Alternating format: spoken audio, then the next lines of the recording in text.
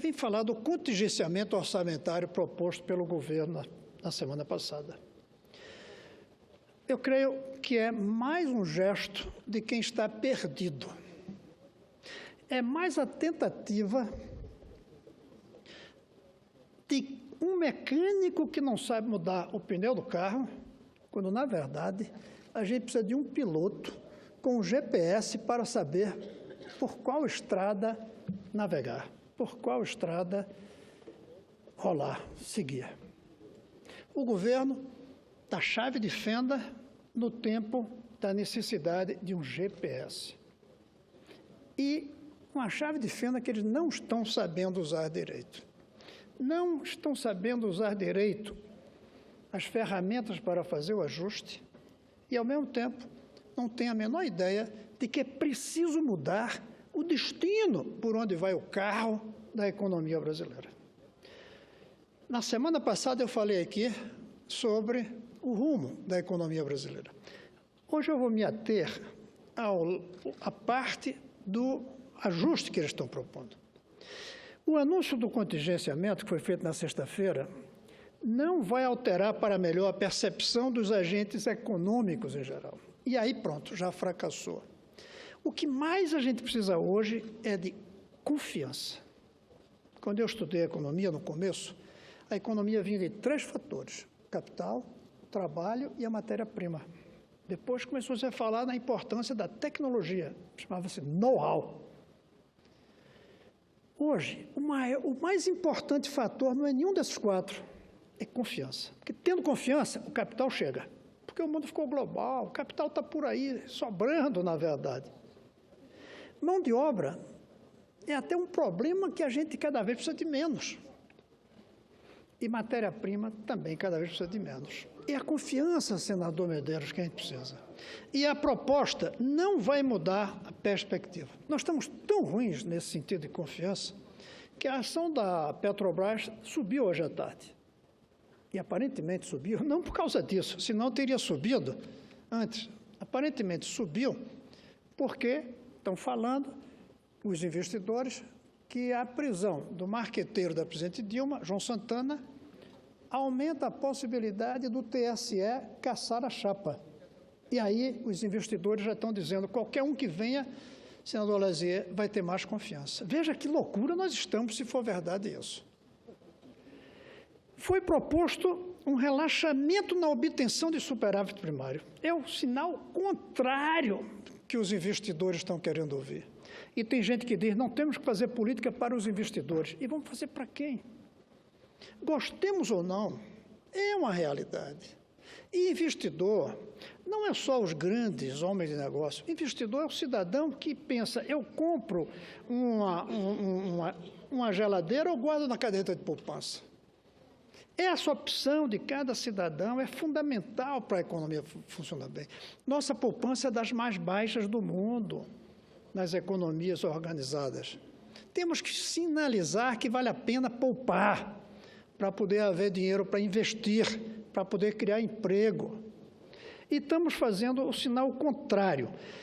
Ou seja, haverá aumento da dívida bruta do governo, que hoje está em mais de 66%.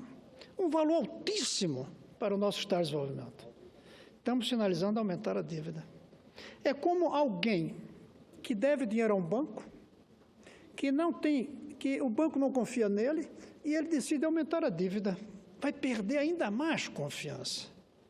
Mesmo a proposta boa, positiva, de fixar um teto para os gastos do governo, carece de explicitações de como será implementada. Não disseram como. Como é que você define um teto e não define onde vai tirar, como vai fazer? Então fica insegura. E aí fica o quê? Esperar para ver se o Congresso irá aprovar o que o governo solicita da proposta, bem como as reduções que incidirão sobre gastos de pessoal ou sobre escassos investimentos. Não vai ter credibilidade. Vai depender daqui. A gente sabe que aqui vai ter dificuldades. O resultado líquido do anúncio de sexta passada caminha mais uma vez como uma solicitação do governo federal para que o Congresso autorize um déficit gigantesco das contas públicas. Em vez de pedir a nós um esforço para reduzir o déficit, vão jogar para nós a autorização de aumentar o déficit. É o sinal contrário do que a economia está precisando ouvir. E eu digo isso para o presente. Nem digo para o futuro. Ou seja, eu digo do ponto de vista de mudar o pneu do carro. Nem digo do GPS para definir para onde nós vamos caminhar. É muito assustadora a situação. A impressão é que a gente ainda não está consciente totalmente, e o governo ainda menos, da gravidade do momento que atravessamos. Podemos caminhar em alguns meses mais para aquilo que se chama colapso, senador Raimundo Lira. Colapso, que é a fase final da crise. Agora, o corte que eles anunciaram de 23 bilhões é obtido de uma maneira que não passa a menor credibilidade e é insuficiente. Está precisando de algo muito mais profundo. E quantas vezes eu vim aqui, alertei a senadora também e dissemos, convide as oposições para debater, façamos um diálogo nacional. Isso não pode ser uma coisa só do governo. Nós temos de ser responsáveis com a crise, mas só podemos ser responsáveis se o governo for responsável. Não tem como pedir ao Congresso responsabilidade com o governo irresponsável, como está sendo. Então, se olhar bem, o governo tira 4,2 bilhões do PAC. E aí a gente pergunta, quais são as consequências disso, inclusive do ponto de vista da infraestrutura para os próximos anos? Tira 8,1 bilhões das emendas parlamentares, que é uma coisa aqui que é preciso explicar bem. Por mim, não tinha emenda parlamentar. Mas emenda parlamentar não é para o bolso do político, do deputado, do senador, é para investir em projetos nas suas cidades. Quando fala em emendas parlamentares, aqui por trás disso está investimento em saúde, aliás, que é obrigação, se eu não me engano, metade. Está investimento em infraestrutura. Então, na verdade, não é 8 bilhões de emendas parlamentares, é 8 bilhões de gastos que seriam tomados com projetos que foram considerados prioritários para os parlamentares. Pode ser até que não sejam, vale a pena analisar. Mas não foi para se apropriar. E aí, 8,1, quando a gente vê isso, esquece também que vai precisar de apoio para aprovar as medidas. E essa é uma decisão do governo impopular aqui dentro. Além de cortar gastos, tira apoio. 11 bilhões virão de outras rubricas, de órgãos orçamentários. Pasmem, os mais atingidos são saúde, Minas, energia e educação. Minas e energia e infraestrutura. Saúde e educação. Saúde é social, mais importante. Educação, além de social, é infraestrutura. Pior, na educação, tira-se mais da educação de base. Protege-se o ensino superior. Ainda bem. Mas não é por aí que a gente vai mudar esse país. Se a gente quer mudar, tem que botar mais dinheiro na educação de base. O ensino superior está falindo no Brasil porque a educação de base não se preparou para o aumento de alunos nas universidades. Eu falei aqui há pouco de um professor que me disse que deixou de usar um livro que ele usou por 20 anos na universidade, porque os alunos de hoje não entendem o livro. E eu perguntei por quê? Por causa da matemática. E eu cheguei em casa e fui olhar esse livro, a matemática. Tinha matemática simples, matemática financeira. Parou de usar o livro. Um curso de administração, por causa da educação de base. A educação vai sofrer um corte de 1,3 bilhão. É muito dinheiro. A saúde vai garantir recursos para as ações relacionadas à Zika e ao Sistema Único de Saúde e programas médicos, tudo bem, mas na realidade vai tirar 2,5 bilhões da saúde. Desenvolvimento social, preserva a Bolsa Família. Bom, perfeito. Não pode tirar dinheiro de Bolsa Família, porque isso significaria fome, significaria fuga de pessoas lá do nosso Nordeste, São Ferreira, para o Sul. ou do interior dos nossos estados, mesmo do Nordeste, para as capitais, desarticulando o tecido social brasileiro. Mas o governo não deixa claro quais serão as efetivas portas de saída da pobreza. Continua sem falar isso. Continua mantendo a Bolsa Família como se fosse uma coisa permanente. Um programa de ajuste tem que falar também o que virá depois. Mantém como prioridade o caráter puramente assistencialista do programa. Não podemos distanciar o ajuste do estrutural. Tem que falar junto as duas coisas.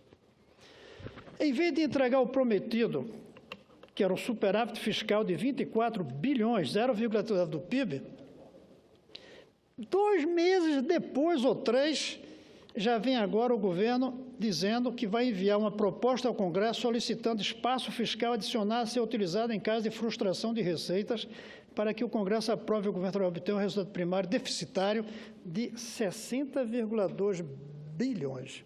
Ou seja, passa-se de um superávit de 24 para um déficit de 60. É uma tragédia. É claro que, para nós, o que está acontecendo com o vírus da Zika é a tragédia maior do Brasil de hoje. Mas essa é grave também. Essa tem consequências de longuíssimo prazo. Nós vamos vencer a guerra contra os mosquitos, mas essa aqui talvez a gente não ganhe, sem um sofrimento muito grande da sociedade brasileira, por falta de entender a gravidade do problema, por falta de querer uma solução competente, séria e que passe confiança.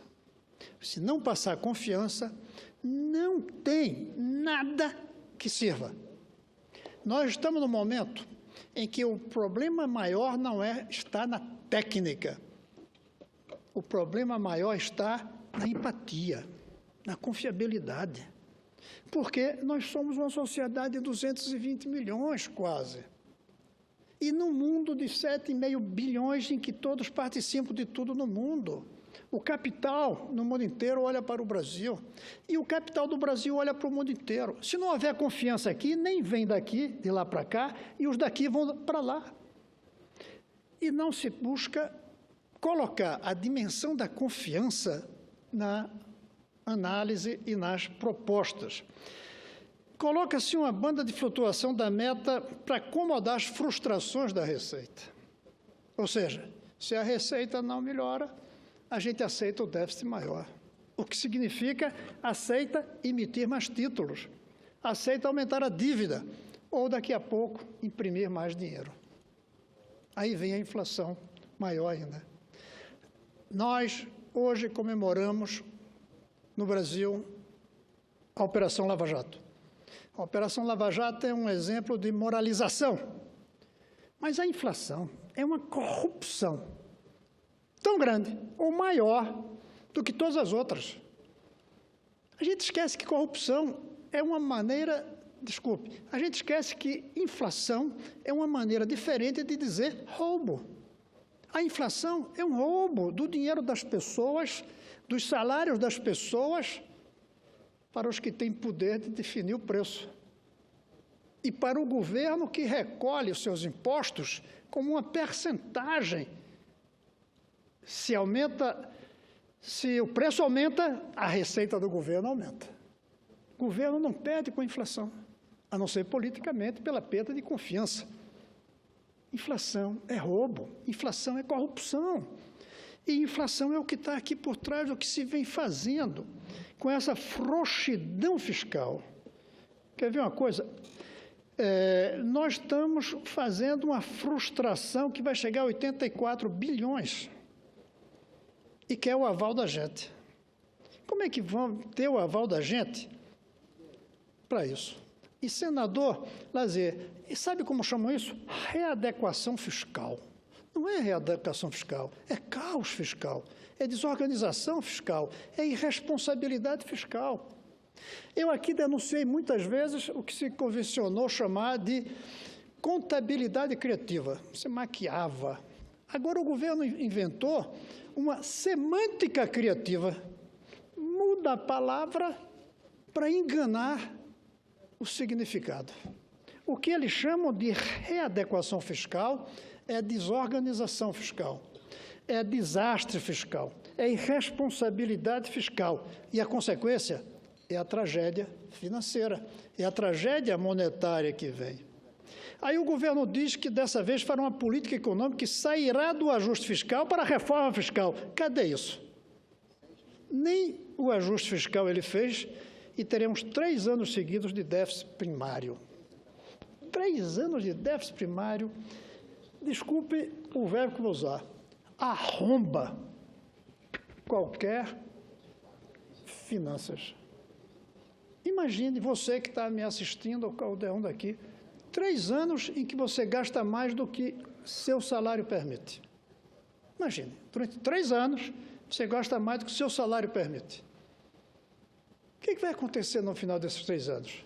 Seus meninos vão ter que sair da escola particular se estiver lá, você vai ter que se mudar do apartamento para um menor, você vai ter que parar todos os seus gastos, senão os bancos vêm em cima e tomam. Porque você está se endividando 3 anos seguidos. Isso não é seriedade. E sem seriedade, a confiança piora, a desconfiança aumenta. E aí tudo piora. Vira um círculo vicioso.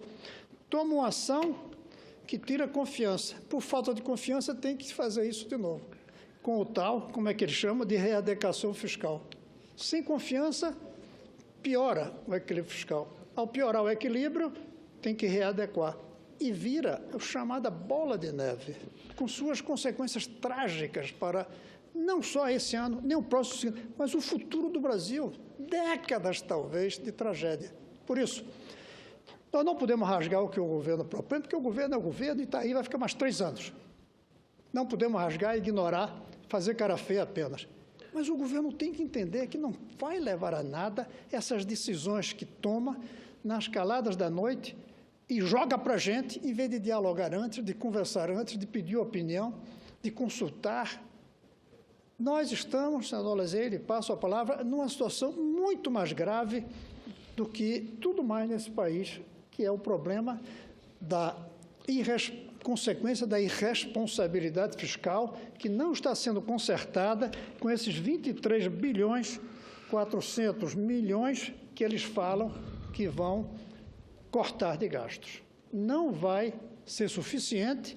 Da maneira como está sendo feita, todo mundo está levando no desprezo como se fosse uma brincadeira, não passa seriedade, não passa consistência e, sobretudo, não passa senso de responsabilidade. Dá a impressão de mais um gesto desse rapaz que foi preso hoje, chamado João Santana. Dá a impressão de mais um gesto de marketing para enganar a gente. E não se engana todo mundo por muito tempo. As pessoas estão despertando e, ao despertar, começam a agir, comprando mais do que precisa, fazendo ações, parando de investir, e aí a economia vai piorando. Senador, eu quero passar a palavra ao senador Lazier. Muito obrigado. Senador Cristóvão, muito oportuno e louvável o seu pronunciamento, que estou acompanhando e tem todos os fundamentos. Essa chamada readequação fiscal não passa de um eufemismo, senador. Nós estamos diante de uma notória fúria arrecadatória. Além dos cortes que estão acontecendo, que prejudicam vários setores da vida nacional, nós estamos vendo uma indiscriminada, uma proliferante onda de aumento de impostos que ninguém mais resiste e que inverte completamente a finalidade do Estado como sociedade política. Porque o Estado, como sociedade política, tem a finalidade de provocar, de criar o bem-estar social. E nós estamos vendo o contrário. Há no Brasil um grande mal-estar social. Esse trabalho de disseminação de tributos que nós estamos vendo, na verdade, se materializa no fechamento de empresas e no desemprego, porque há uma necessidade fiscal do governo, uma voracidade devastadora, e que inverte as funções do Estado como instituição. Porque o Estado existe para proteger, para criar condições ao desenvolvimento dos cidadãos, a provocar da melhor maneira possível a felicidade dos brasileiros. E nós estamos vendo um tremendo e terrível malefício aos cidadãos brasileiros que não sabem mais o que fazer, porque perdem o emprego, perdem o poder aquisitivo, enquanto que o governo desesperadamente está procurando tratar da sua própria sorte, ou dos seus próprios azares, aos quais este Estado federativo é o causador, há tantos anos no poder. Gastou mal, cometeu erros, equívocos, não fiscalizou, permitiu a degradação de estatais, e o resultado está aí. Então é um conjunto, senador Cristóvão, é um conjunto de erros, de equívocos, de negligências, de omissões, que redunda nisso que nós estamos vendo agora, que Vossa Excelência está apelidando de readequação fiscal, mas, na verdade, isso se constitui numa verdadeira arma que desprotege, que infelicita os brasileiros. Então, é importante que Vossa Excelência, com a experiência que tem, com a condição que tem de um homem público, que já governou, que já foi reitor, que vive nesta casa há tantos anos, é isso que nós temos que alertar. Então, eu saúdo esse seu pronunciamento pela procedência que tem. Obrigado. Obrigado, senador. Eu vou terminar dentro do prazo, senador Medeiros, mas fazendo aqui uma referência à fala do senador Lazier. Teria mais da minha análise, mas eu vou respeitar o tempo, mas eu queria dizer o seguinte: é pior do que uma fúria, é uma fúria enlouquecida, é uma fúria desvairada, porque podia ser uma fúria de um gigante lúcido, que mata, destrói, mas caminha. Temos que ficar contra isso. Mas o pior é que é uma fúria desvairada, não sabe para onde vai. Vamos ter uma fúria arrecadadora para fazer a revolução educacional nesse Brasil, para fazer com que haja um sistema de saúde maravilhoso nesse país, para que esse país seja campeão de ciência e tecnologia, para colocar ferrovias em todo o Brasil. Seria uma fúria arrecadadora, lógica, mas não, é uma fúria arrecadadora em que a gente não sabe para onde está indo o dinheiro. Ou sabe, mas não vê resultado nele. É uma fúria arrecadadora com desperdício do dinheiro. E sem discutir como fazer o equilíbrio, porque eu sou defensor do equilíbrio fiscal. Faço questão de dizer que eu sou um conservador em matéria fiscal, porque eu acredito na aritmética. Eu acredito que 2 mais 2 igual a 4. Logo, um governo não pode gastar 3 se arrecada 2. Ou, se arrecada 2 mais 2, não pode gastar 5. Então, vamos discutir de onde sai o dinheiro. Mas não discute de onde sai, continua gastando e propõe maneiras de reduzir, que todo mundo sabe que maneiras que não serão cumpridas. E aí quero concluir, senador Medeiros, dizendo o seguinte: hoje eu tive um almoço com um grupo de embaixadores europeus, e um deles me perguntou o que diria para o governo dele, não vou citar o país, supondo que não haja impeachment e a desconfiança geral. Eu respondi para ele: diga ao seu governo que o Brasil vai continuar daqui a 3 anos e que em 2018 a gente vai eleger outro presidente, que vamos atravessar uma crise profunda com o governo que está aí, e não estou aqui defendendo o impeachment. Eu sou juiz. O impeachment vem para quê? Se eu sou juiz, não posso condenar antes. Mas esse governo, da maneira como ele está, ele vai levar a gente para uma situação muito ruim cada dia mais. Se houver o impeachment, sinceramente, eu não tenho confiança que o vice-presidente assumindo vai resolver as coisas também. Então, eu disse a ele: Diga ao seu governo que o Brasil dura mais do que os 3 anos que faltam do atual governo. E que em 2018 nós vamos ter muitos candidatos. E eu espero que haja uma proposta capaz de passar confiança pelo que propõe com seriedade e responsabilidade e com vigor transformador. Um candidato que acene o GPS e use a chave de fenda, que diga como vai mudar o pneu, mas em que estrada vai botar o carro. Essa estrada que está aí vai levar para o abismo. Sem pneu novo ou com pneu furado, na melhor estrada a gente não conduz, não caminha, não rola. Então, eu espero que a gente resolvesse isso antes.